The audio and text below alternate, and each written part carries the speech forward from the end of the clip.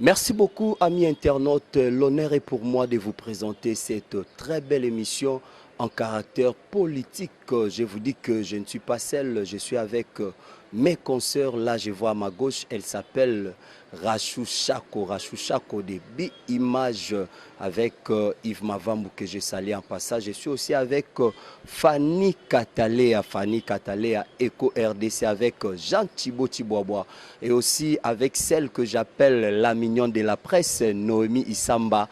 Elle fait partie aussi des plusieurs chaînes que vous connaissez tant. Le temps pour moi de passer mon micro avec Rachou pour les salutations et puis je vais vous présenter les invités du jour. Nous sommes là avec le président de l'IDPS de Chine. Il est à Kinshasa à l'occasion de l'obsèque de celui qu'on appelle le père de la démocratie, Étienne Tshisekedi Lumumba, notre papa, le premier combattant de la République démocratique du Congo.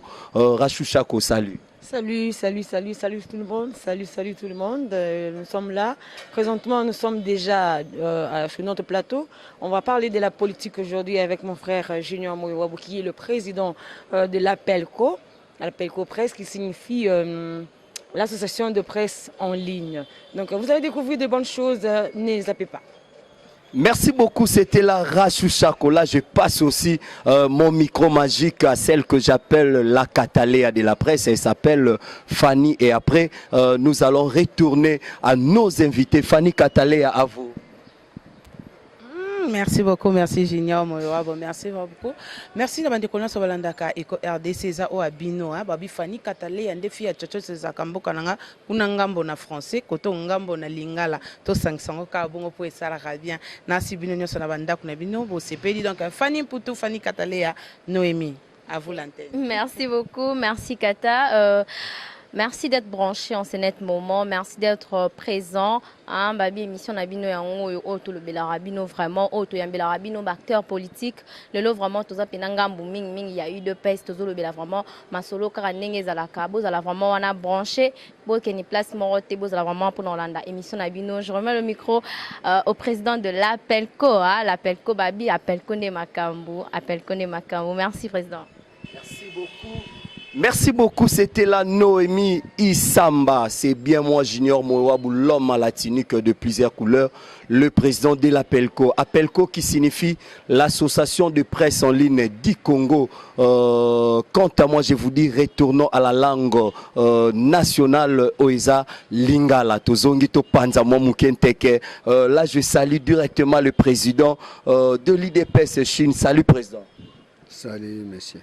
Est-ce que président bandeko nyonso ba Orlando bakoye ba présentation na yo parce que yo moko ozali wana na koloba te kazabo azabo asala boy c'est présenté comme ça ba nyonso ba Orlando partout dans le monde ba yeba yo. Kombo nanga eza président Sampaio ya Chine na Ngwanzu. Je suis président fédéral de l'IDPS na Ngwanzu. Yango na sepeli na pesi bino nyonso bambote belé na ba oyo batikali na Ngwanzu na ba oyo baza na Pékin na ba oyo baza na Shanghai na pesi bino ba bonjour na ba oyo nyonso toye na bango bato ya Londres, Angleterre, Belgique na pesi bino bambote esika nyonso bino bozali. Merci beaucoup, c'est le président Sampaio, vous avez compris, Aza Koevre na cadre ya IDPS Mupanzi à Chine kuna na Ngwanzu. Il n'est pas seul, il est accompagné d'un grand monsieur que je passe mon micro à se présenter Boyebae Sokiepe Azali Nani. Bonjour, je réponds au nom de monsieur Mulumba, je suis aussi de l'IDPS, mais je suis résident ici à Kinshasa. C'est ce que je pouvais vous dire. Merci beaucoup, amis internautes. Restez toujours branchés. Le temps pour vous de vous abonner dans nos chaînes parce que l'émission sera diffusée dans plusieurs chaînes. plusieurs chaînes. Abonnez-vous na ba chaîne beaucoup mon émission obo s'abonner massivement Bongania TV, Bimage TV, Eco RDC, CL News, Eco Monde TV, tant de chaînes aux émissions au Ecoleka. Présent directement toqué la première question. Parlez-nous d'abord il y a bilan et obsèque il y a docteur Etienne Tshisekedi wa Mulumba oye na Kinshasa na occasion ya day. Comment ça a été le bilan, positif ou bien négatif par rapport à l'organisation interne et à UDPS ainsi que externe et à comité d'organisation? Oh, na sepeli mingi na mutuna nayo yambo na yanu na félicité yo mingi. Merci. Omoni biso nyonso toza surpris. Toyebaki te ke na date oyo toye na ebembe koya bato mosusu bazalaki nanu siri te. Ça c'est première chose.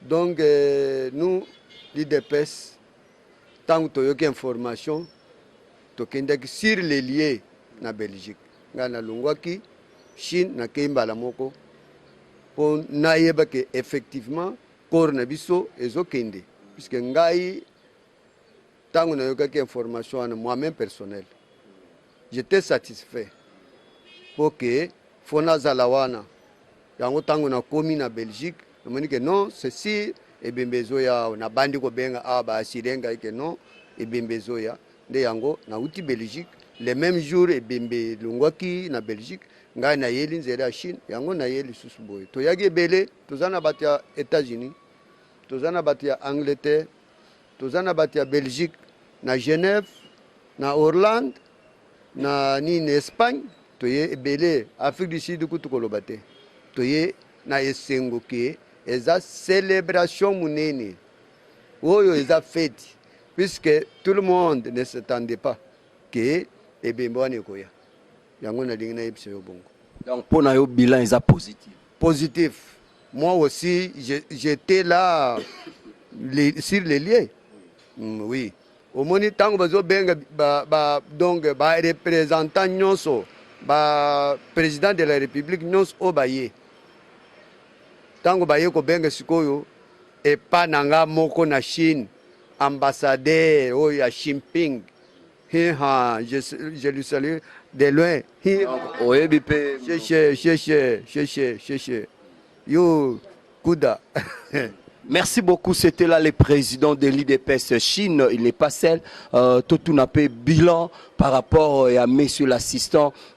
Comment ça a été l'événement comme un député à lobby, héros la kaete, mais héros célébra kae. Selon yo, le bilan ça a été comment? Le bilan a été grandiose. Nous l'avons aimé parce que ce n'est plus seulement la RDC qui était représentée, c'était le monde entier. Cela nous a montré, même dans la face du monde, qu'il était un grand homme.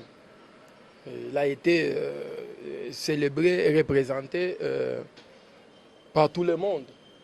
Et cela nous a aussi montré qu'il était un rassembleur. Et quand il s'est montré, il faisait quelque chose, il était aussi déconsidéré dans le monde entier. Il a été un grand homme. Le bilan est positif et nous remercions aussi tout le monde. C'est ce que je pouvais en quelque sorte vous dire. Merci. Merci beaucoup, amis internautes, vous qui êtes scotchés à ce net moment-là. Je fais déjà clin d'œil à celui que j'appelle de tous les temps, de tous les jours, Adrisha Motomètre. Et aussi à toi, Kouloutou Magela, la diaspora. Marche, pourquoi pas à mon vieux Adi Londolé, clin d'œil à toi, Thibaut, Jean Thibaut Eco RDC, Yves Mavambu, CL, je vois Christelle Mamoulumpungu et aussi Bongania Media. Je passe directement mon micro magique à celle que j'appelle Rachou Chako de Bi-Image. Rachou, à vous le micro. Merci, Président Junior Moïwabo.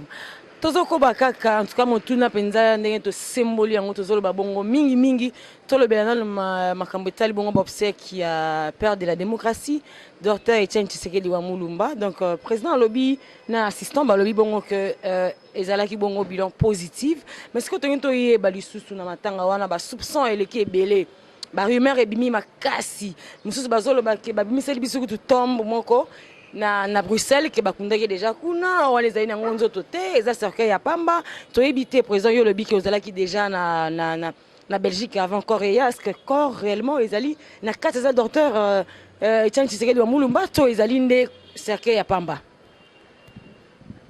Bon, merci na mutuna na yo na sepeli makasi. Omoni soki omoni bazobenga ngai moko ke naza président fédéral de la Chine ya IDPS. Ce n'est pas pour la première fois pour nous accompagner corps à Kinshasa.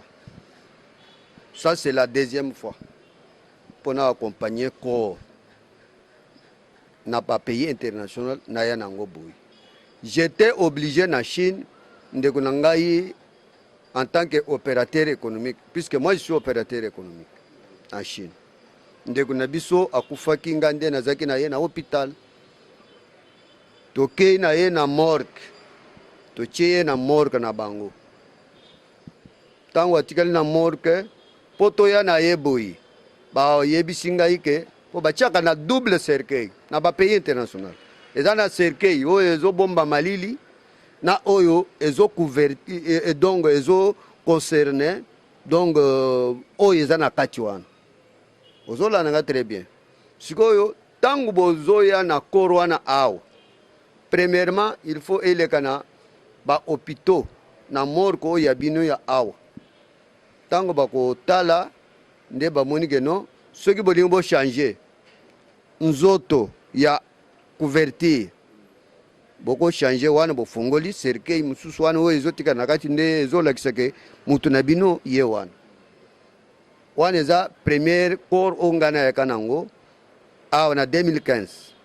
Tochaki korwana na nini na clinique ngaliam toke na morgue balobi il faut to fongola bino moko famille biologique botala ba fongoli puisque babanda ko nimele même ngaite mutu na yaki na korwana ba yebi singa ye no eza yete kaka ndenga bande ko na biso bazola bana tango ba fongoli ba monike no effectivement yeyo puisque na état ya kuna basalaka ndenge ba hôpitaux na biso esalaka wate na morgue na bino bazo pasula mutu ba biloko mususu wana bambo meye kuna ezalaka te kuna ezalaka kaka bazuyo ozaka ka mobimba ndenge ozaboyi ba tubio ka batonga esili bazuyo batio na cercueil donc cercueil wana bazuyo bakotio na se ya mabele tangu bolingi bobimisa corps na bino ke boya nango na Afrique ba boutonné corps bimi bozui cercueil na bino bien emballé mais double cercueil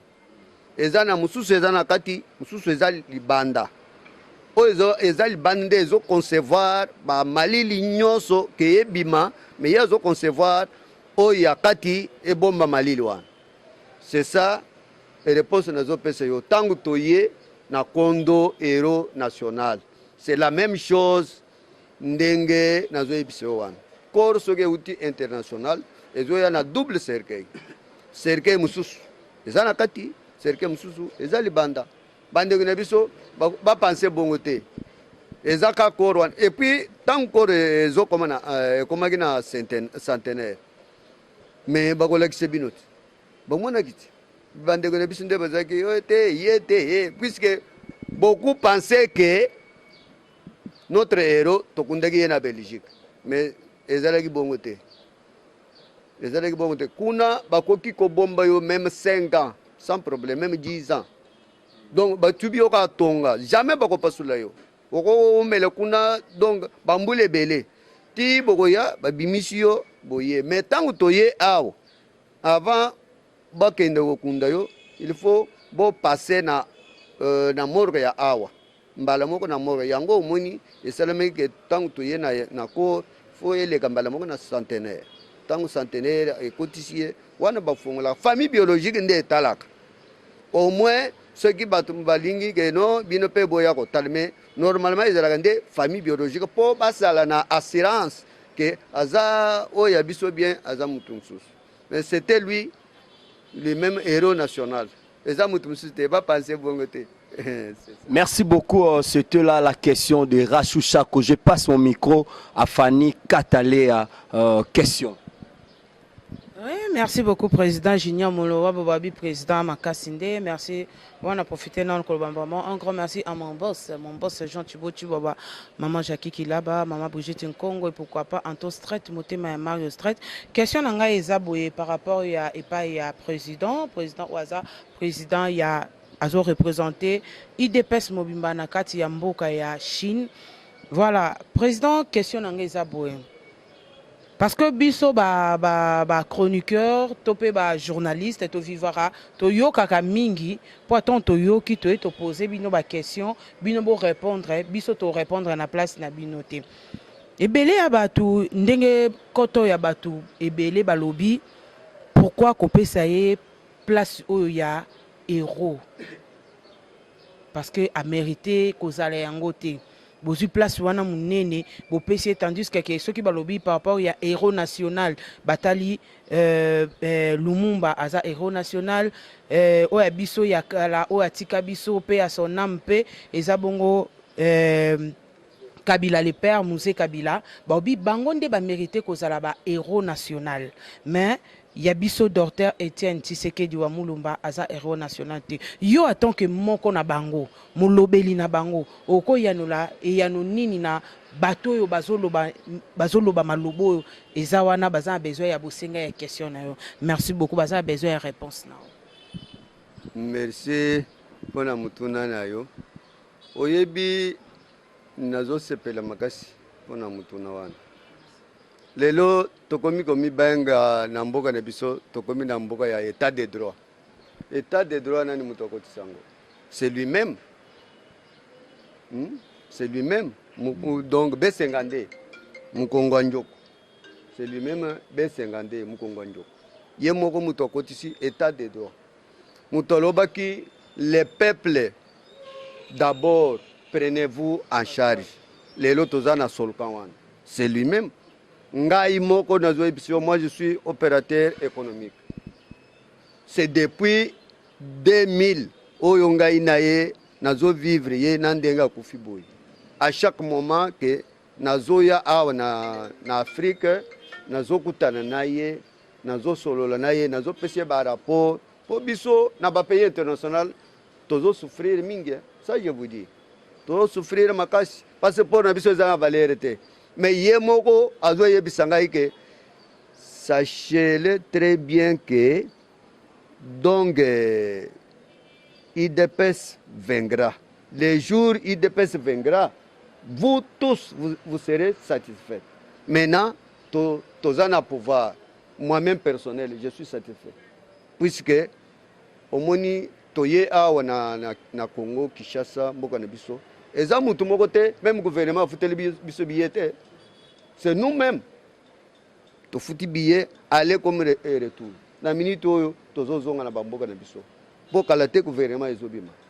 Mais, tu as un souvenir, makasi, il y a Kondo na biso.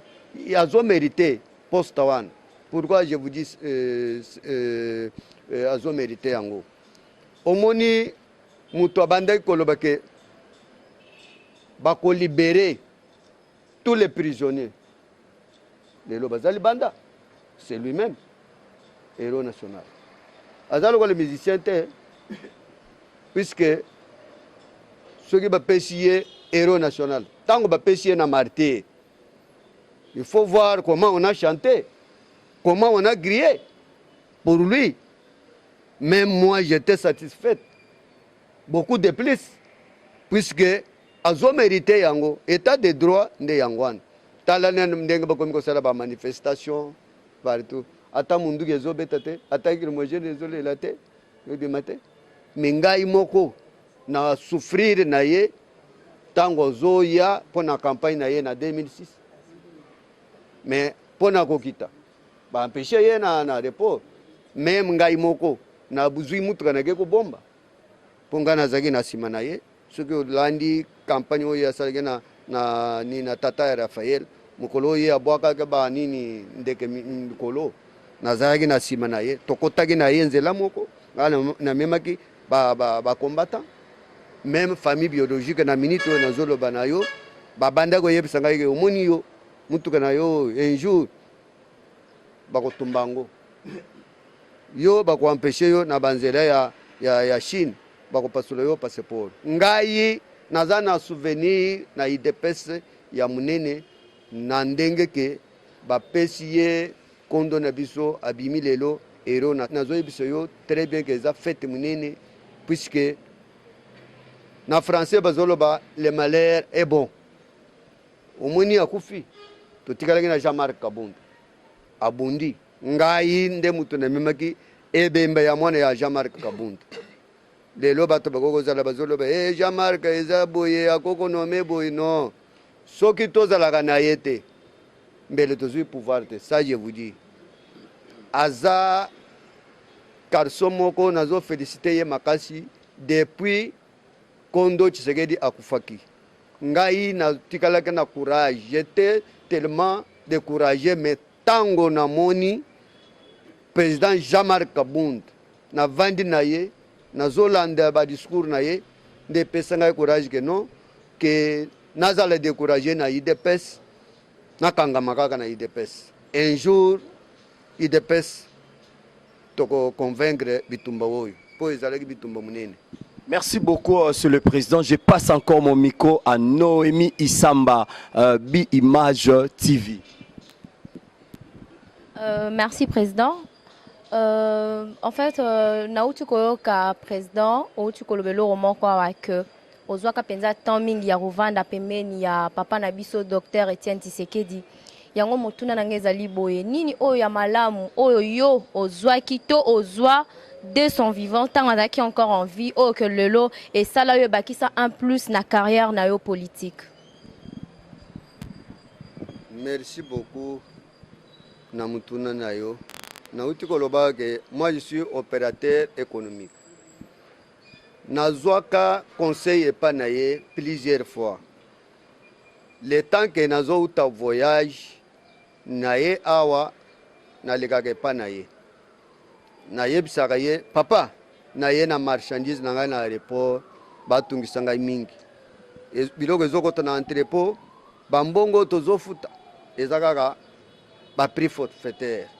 Nasali na yebisi ngai ke mwana nanga lokolo yo oza na courage ya kosala commerce un jour okokota na esengo tangu IDPS akozwa pouvoir makambo nyonso wana ekosila elede nazalaki na bakongo nauti kodedouanye bacontener ngai moko nakomi na Kasangulu nakuti les chinois bazosenga mbongo ya péage na ba conteneur na pompe eze po leka fo ba chinois na bazozwa mbongo na sololi na ba chinois wana bayebisi ngai soki mbongo ebimi 5 milliards bango 2 milliards 500 biso gouvernement 2 milliards 500 na ke ko yebisa papa nanga na yebisi papa mboka na biso tozokufa boye ngai nazalaki boye na Kasangulu na moni na péage ba chinois bato bazozwa mbongo ya mboko na biso ayebisi ngai kasi bango gouvernement na bino e signé bango contrat po babongisa nzela yango wana bazozwa mbongo ngai na yebisi me likambo oyo ezopesa ngai pasi po tozo souffrir na Chine makasi soki kuna okotika ovacité ya mukolo moko bazwi yo oza na problème ayebisi ngai ke mwana nanga conseil nazopesa yo ko se décourager te zala na konjima oyo ba pasteur ba teaka na ba église que la foi existe un jour yo okozala na joie okosepela okokota na gloire de gloire de bénédiction en bénédiction mokolo oyo IDPS akozwa pouvoir makambo nyonso ekozala calme okosepela nde conseil nazwaka ngo ti lelo. C'est pourquoi tangu nayoki ke ye moko ebeme na ye ezoya awa nalingai wana zanga te nalingai nazanga te po biso toza ba opérateur économique. C'est pourquoi moni lelo na bimaki na komi président fédéral de la Chine naza na ngwanzu mutu nyonso ayaka na ngwanzu ayebi ke non président Sampa yaza na ngwanzu. Et puis j'ai beaucoup souffert na ndenge nini na Chine okoko maintenir meeting te po kuni DPS ezalaka te po o réussir au sala IDPS kuna il a fallu oluka ndako à part ndako oyayo oluka bureau ezala wana en bon uniforme. Vous payez $300 par mois pour un bureau. Par an, vous payez $4,000 pour un impôt. Vous comprenez? Impôt pour ne pas valider ce que visa nanga. Que visa est aussi là après une année. Pour la Chine, Chine est un droit de l'homme. Chine est une socialité. C'est pourquoi au moni bango donc bazalaka kaka soki ndenge to vandi boy la police ye okomona arme te babengani bino kaka na donc facilement bino pe boké soki bo sakani ba canceller bino ba visa. C'est ça la souffrance que nous souffrons là-bas en Chine. Makamunyo so na banda ko yebisa papa Etienne Tshisekedi. Et puis après ça conseil mususu yebisa ngake mwana nanga lokolo yo o maintenir kozala na bureau wana zalaka na kondima mezi zo photo nanga chaka na ndako wana yo futaka kambongo ya impôt. Un jour les Chinois bakobanda koluka yo bakobanda koya na bureau wana bako féliciter yo puisque tous les jours n'est pas dimanche. Conseil abanda ko pesa ngai yangwana yango zomona nazo telema awa nazo sepela na ndenge ebembe komi awa tokundi tosepeli. Merci beaucoup, amis internautes. Nous poursuivons lentement et sûrement vers la fin de cette très belle émission.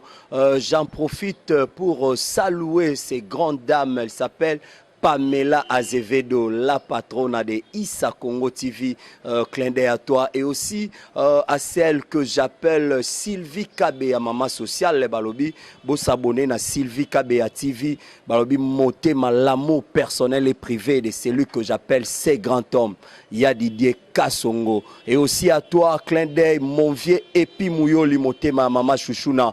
Nous passons directement à la deuxième question, Nabiso Ezali.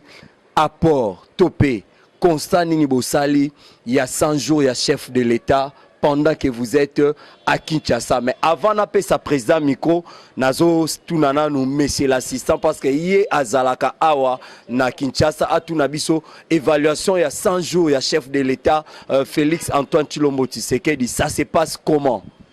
C'est une réussite totale. Tout celui qui vit à la République démocratique du Congo, même à Kinshasa, le voit. Tout le monde le voit. N'est pas accepté, n'est pas dire que c'est n'est plus une réussite. Ça, c'est une méchanceté. Vous voyez, quand quelqu'un est en train de faire quelque chose de bon, il faut le féliciter.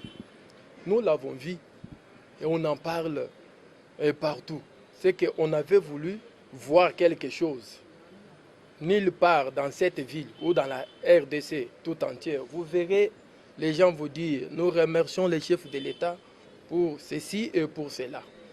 Les 100 jours du président de la République, c'est une réussite. Et nous les remercions pour cela. Et quand nous avons vu dans les 100 jours, mais dans le reste, dans les jours à venir, le premier mandat ou aller dans le deuxième mandat, ça sera plus. Oui, c'est les chefs qu'on avait dit entendre. Avoir un chef pareil, il faut jeter des fleurs et les remercier. Nous les remercions pour ce qu'il est en train de faire. Et j'en profite aussi, c'est pas pour ajouter ou compléter le président fédéral de la Chine. Parce qu'il a beaucoup parlé ici. Il a témoigné et il avait la foi. Et aujourd'hui, il est en train de vivre ce que l'héros national lui disait et lui parlait. Merci pour tout ce que vous êtes en train encore de dire. Nous sommes ensemble. C'est notre héros. Ne pas reconnaître le combat de cet homme, c'est manque de reconnaissance. Merci. Merci beaucoup. Je passe mon micro à Rachou Chako pour à ce qui concerne 100 jours. Il y a chef de l'État. Question. Oui, merci beaucoup. Merci beaucoup. Nangina Lobakaka na président. C'est vrai que Azali président fédéral de la Chine avant d'amicolébé na Chine, mais Azoyo quand même baeko. Il y a 100 jours chef de l'État. Likamba déboulonné monde makambo. Président s'empare aux Aki na Chine, mais aux Aki à l'écoute na Kinshasa. Déboulonnement et ça les problèmes. Et puis il y a 100 jours. En tout cas, batu bazo mieux jusque là. Batu mo loba. Il y a 100 jours en haut. Tuzane tozo ba mabanga na oh batina banzela oh nani. OVD azosala to na banzungu to lia to ndeni to éviter 100 jours à chef de l'État et zalaki basé na ba secteur rebellé mais auto moni penza et simba mi malamu zali secteur ya infrastructure to moni OVD esala misala nango correctement mais na éviter oko bakisa moi 1+ 100 jours ya chef de l'État to banza nini to pe kinoa ayeba nini. Merci beaucoup na mutuna nayo na sepeli nango makasi 100 jours bande kone biso bozala patient omoni ezalaka te mokolo oyo kobala mwasi lelo azwiziemi te ezalaka bongo te donc makambo nyonso ekendaka na baechelon ngai namoni deja président na biso aza na nzela malamu bazala patient kala te gouvernement ezobima d'ici peu de jours gouvernement ezobima bato bakobanda kolia kotonda basagite te. Alors c'est ça ce que je peux vous dire. Merci, je passe mon micro à Fanny Katalea. Merci beaucoup, merci Kandé na lobango chochocho ezaka toujours mboka na nga chochocho na salaka na banga keloko te mais na respecta Kandé batu soko lukinga na chochocho okutani nango pe. Un grand merci à maman babi maman Karine Okako Base Eko maman Eresa maman Lydia bino nyoso Base Eko nyoso bambote na bino wana bongo nazongi epai ya président 100 jours nde makambo 100 jours nde makambo président eloko ngala kokoloba par rapport à différence nini oyo et salami par rapport à les années passées. Donc bachaka papa nabiso Etienne Tshisekedi wa Mulumba bachaka premier ministre événement o ele kaka soirée wana biloko ndenge kitaka parce que peuple alingi kolia peuple alingi azana kimia différence et salama ki wana na différence o toza lelo oyo donc bachele kibiso président nabiso fachi na pouvoir. Au lieu que dollar ekita, au lieu que biloko ekita, mais nous c'est qui toujours ezo mata c'est comme mata na place wana yo en tant que président parce que oza moko ya molobeli ya IDPS. Donc il na place wana parce que batu basali différence wana penda balobi mingi no to préféré er ya papa que er ya mwana. Yo en tant que au vivaki na tangu ya papa pe ozo vivre petit lelo na tangu ya mwana. Okoyebisa balandi nyonso o bazolanda biso topé République démocratique du Congo mobimba oyebisa bango nini. Merci beaucoup. Na sepeli makasi na tangu papa héros national abimaki premier ministre le même jour omoni ba travailler nyonso oyo ata azalaki général azana mutuka ya leta agenda kozongisa ye moko po bayebaki qu'est-ce qui se passe po ezalaki na période ya coalition te maintenant toza cash na FCC. Alors il faut to sangana to travailler ensemble période ya papa eza ndenge moko na oyo toza te vous comprendre réponse wana puisque na moment oyo il faut FCC na cash ndenge to sali mariage. Nous allons travailler ensemble. Biloko nyonso kokitaka. Yango na wuti koloba ke ezalaka te mokolo moko lelo obali mwasi lelo azwiziemi non. Tozo travailler na FCC na kashi bango bakolanda position ya autorité morale na biso président Félix Antoine Tshisekedi Tshilombo. Bakolanda kaka instruction na ye ndenge ayebisaki bango, abengisaki bango nyonso na ba réunion. Ayebisaki bango. Eza te ke no biloko emati non ngai kutu talaka kana yebisio ke touti ba pays international. To mi futeli billet to ye aw. Mais premièrement, tous à la position puisque le gouvernement est obima, tant que le gouvernement est obima, mutum ezala ministre ezala nani akosala buzobate même ngai nazaki na Chine na moni ndenge gouverneur bazobukela bato ba mesa na bengaki awa mais na koye biso mutu na bengite ke comment pas makamwana ezosalema nani apesi ordre wana po biso nyonso ndenge toye ndenge pe toyebuyi esale matamuke yo moko ko vivre même les diaspora dès que nous sommes ici. Même le gouverneur wan toko bengana ye donc yebisa batu bolongola ba mesa bozonga sima po batu bazoluka ngai moko avana nazala ndenge naza lelo opérateur économique nazokende ba Chine nazozonga nazokende ba Chine nazozonga na banda koteka na mesa na itak 75 croisement Jimare na banda koteka na mesa wana nde mutu esali ba chinois baya ko fréquenter nga na mesa babandi ko pesa nga biloko nazoteka nazokende ko verser bango mbongo les mêmes chinois wana nde chinois abanda ko pesa nga biloko wana azana hôtel du fleuve na porter plainte na genda ko yebisa kondo Tshisekedi nga nebise non chinois ko zala na hôtel du fleuve donc avandisi mwasi na ye na keste au moni niveau Congo na biso za yebisi ngai apesa nga ba conseil ebele ngai na vivre ba chinois ça fait beaucoup de temps oyo chinois wana aza awa nazo pesio adresse po yeba soko zo matana palais de marbre na virage entrée côté na palais de marbre oyo ba soda ba vandi soko na virage wana première parcelle deuxième parcelle chinois wana za wana atongi flat na mboka na biso mais pas na bango ko sala matin biso to parvenir ba botoli biso carte de hôtel et l'équipe inter oyo zomona hôtel otozo benga inter chaque inter hôtel na biso inter wan carte de hôtel oyo Mobutu ba chinois ba botola kuna ya biso moko Mobutu atonga kuna eza munene 50 niveaux ba appartement eza wana bazofuta ba mbongo ya bureau.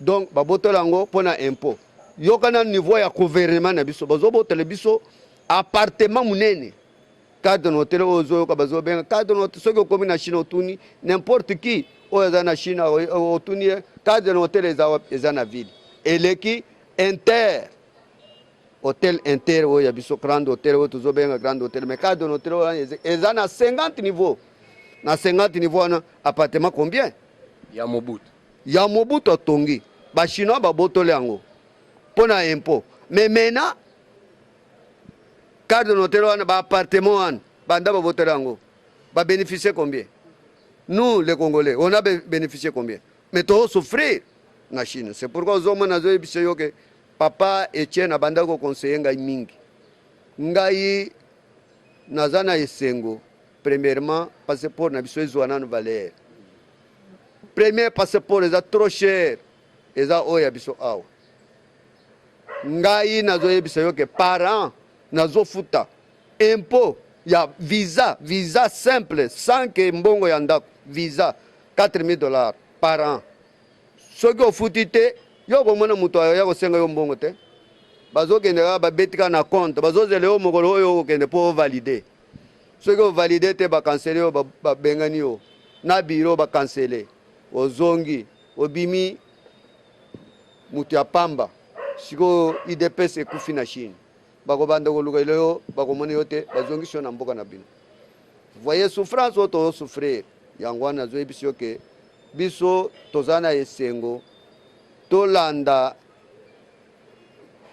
président Faci tozala na nsima na ye toencourage ye batravailler ensemble l'essentiel ye nde autorité morale na bango bango nyonso ndenge bazawana bakosala musala na nini na ye na ordre na ye ezala oyo aza wapi oyo eza wapi oyo eza wapi rapport nyonso ya kozwa ngo même ndenge toza na idps na kuti mbutumbutu eza te ekosala masange ye ayeba te baza idps eza ekolo biso nyonso touti kuno toza na makanisi le premier héros national abanda conseiller biso mipesa na musala komipesa na loyenge te yango napesi yo réponse soki okozala na mutuna mosusu otuni molobeli ya UDPS oyo keno lelo akoki mpe kokomisa so maloba epai ya mokonzi ya mboka papa esalaka yo ndenge nini ntango omonaka bandeko na biso oyo bazotravaille pa bachinois bandeko misusu mpona kotanga bakombo te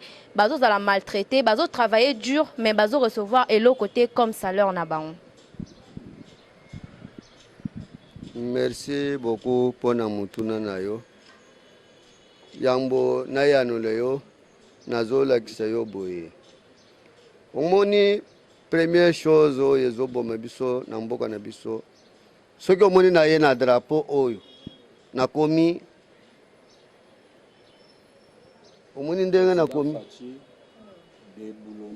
déboulonne le système corruption voilà kuna ata oza na mbongo na yo combien soki oza na mbeba muke okokorompre mutu te mais awa na mboka na biso problème eza wana corruption nde tozobunda baefface mpo ekoti meme na mikuwa na bango surtout le gouvernement sortant bandeko na biso wana malgré omoni ndenge toza na bango mariage wana tozobunda to effacer première chose puisque le fait que corruption wana esili ça sera bien pour nous de likambo nalingaki nayebisa yo puisque na bamboka mopaya bandeko na biso corruption ezalaka te jamais okomona la police atelemeli yo na munduki non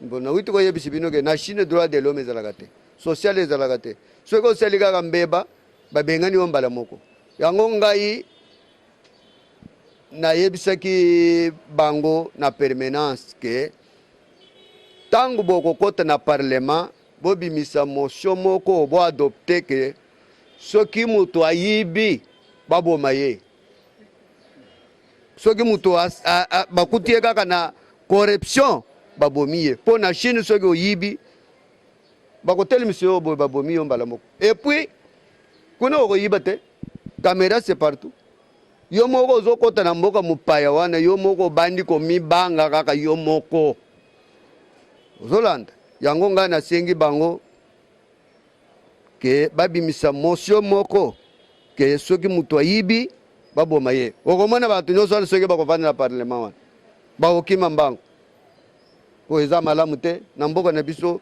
tozolela pasi mais okomona moto azwi lokola bango bazwi baministère wana azwi ka famille na ye atie na kati ya ministère mais soki otali azo donc compétence eza te aza na possibilité te donc incompétent alors azwi ka ndeko na ye atie wana soki opose ye question akorépondre eloko moko te alors vous voyez donc nyonso wana eza bacorruption yo okokende mpo oluka mosala boye na compagnie songolo mpo ozwa mosala soki oza mwasi il faut otikala mwasi ya donc un ministre wana alors mpo ozwa mosala alors vous voyez makambo nyonso wana na bapays international ezalaka te na bapays international batalaka kaka CV na yo donc ozo maintenir tel point c'est fini baengage yo facilement et puis mbongo ozwaka donc okozala na tante ya okende kovanda na baterase ya okende donc outi mosala ovandi na ndako okomi koraisonne kaka lobi na se réveiller à quelle heure mpona kende na mosala c'est comme ça bapays international lokolo na Suisse moi j'étais na Suisse na période oyo ya Genève oyo yokaki mbutumbutu ya bato ya lambuka boye na boye nazalaki na Suisse musicien akokoyemba na mboka wana te soki bapesi yo mpo oyemba bakopesi yo meme 1 heure du temps wana soki ekoki la police est yango moko bamitu ke tandami on dirait bazana président de la République mais baye ko avertir bino ke tanto pesi bino e ko kiboke na bino okomona arme te babengani bino kaka facilement po mboka na bango ezaka classe na misala c'est tout ba pays international mboko oyo eza mabe na bamboko oyo ozoyoka wana na ba pays international eza nde Belgique nde bandeko na biso bazokemba makasi kuna po wana nazoyebisa yo c'est pourquoi omoni ngai nasepeleki makasi ndenge bandeko na biso bakomi kozonga mais po ozwa ndeko na biso ayebisa yo ke kuna nous souffrons beaucoup na Belgique akoyebisa yo te po bandeko na biso ebele ngai naza na Pullman na midi bandeko na biso bakona bayebi bandeko na biso ebele bazolala libanda et puis musique ezobeta makuna donc soki ebandi 20h ti lobi na 8h donc eza mboko moko victoire eza nsima soki osakani bayibi yo surtout soki bayobi yo uti Kinshasa oye na mbongo bakobula yo bandeko na biso bakeno baza kuna ebele donc bazomona pasi mais sikoyo po ayebisi yo ke eza kuna eza pasi c'est difficile po lokola kuna baza na droit de l'homme baza na social na bango la police bakomemele bino biloko ya kolia vous serez payé par mois en tant que bachômeur mais ce n'est pas la Chine aza bongo te Chine oyo ozolamuka ozokende kotravailler soki ozotravailler te bango moko te bakopesi yo misala kuna Chine apesaka mutu musala te jamais bakoengage na Chine mais eloko ezopesa ngai pasi awa bachinois baza awa baengage mpe bato bango mpe bavandi awa chinois mosusu ngai nakutani na ye na aéroport tozovoyage na ye aza na visa na telefone durée indéterminée aussi longtemps na mboka na bango biso tozotambola na passeport original soki otambola ata na photocopie bakopasola yango soki oza malere oyebi ata monoko na bango te donc bakokansele mbala moko batie yo na système okoko te Chine te ata 10 ans ata 5 ans vous voyez nous souffrons beaucoup sikoyo po bandeko na biso bayebisa bino ndenge nazoloba boye eza pasi moto akoyebisa okendaka Chine on dirait azokende na esengo mais eza pasi première chose oyo ngai nayebisaki ye papa Kondo Tshisekedi que son âme se repose en paix en tout cas nayebisi ye papa nazosala vol ebele nani natikali kozwa biye ya ofele te ayebisa ngai omoni marge na bino bozokende musika mais un jour viendra marge na yo wana okorekipere yango komitungisa te mwana na ngai nayebi ke bozokende musika po kolongo awa ti na Chine eza musika tozosala ba 13 heures du temps likolo 13 heures du temps 13 heures du temps likolo donc ba souffrance wana kokende kozonga nous souffrons beaucoup alors yango nazosenga bandeko na biso bazala patient gouvernement ibima tokosepela biso nyonso. Merci beaucoup, Président Sampar. Nous sommes arrivés à la fin. Nous sommes juste arrivés à la fin de cette très bel entretien avec le président de l'IDPS Chine, Otto Yambaki. Je n'étais pas seul, j'étais accompagné avec ma consoeur Rachou Chako et aussi Fanny Katalea et Noémie Isamba. Président Anemo, pour la émission, au Jija Ngondeni. Na sepeli makasi.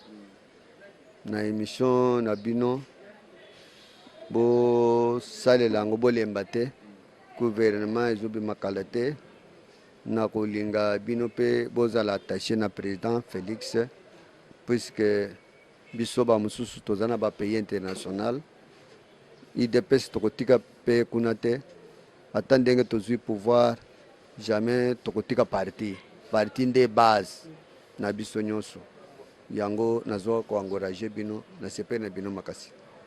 Merci assistant, un mot pour l'émission. Oui, j'ai aimé l'émission et ce que je pouvais dire à notre peuple est de se réjouir, hein, de prendre de l'eau froide. Nous vivons, c'est comme dans la Bible pour les chrétiens et que Moïse avait une mission et Josué aussi avait une mission. Parce que qu'est-ce que j'ai voulu dire par là? C'est pour dire que notre héros national que nous avons pleuré, enterré avec honneur, il avait une mission. Et Josué, qui est Fatih 13, il a aussi une mission. C'est pourquoi j'ai voulu dire de se réjouir et de prendre de l'eau froide. Et vous encourager encore que, à la prochaine fois, de ne plus se fatiguer. Parce que cette émission essaye d'éclairer. Parce que beaucoup de gens croyaient, se disaient peut-être que l'IDPS c'est seulement en RDC. Mais nous avons vu l'IDPS Chine.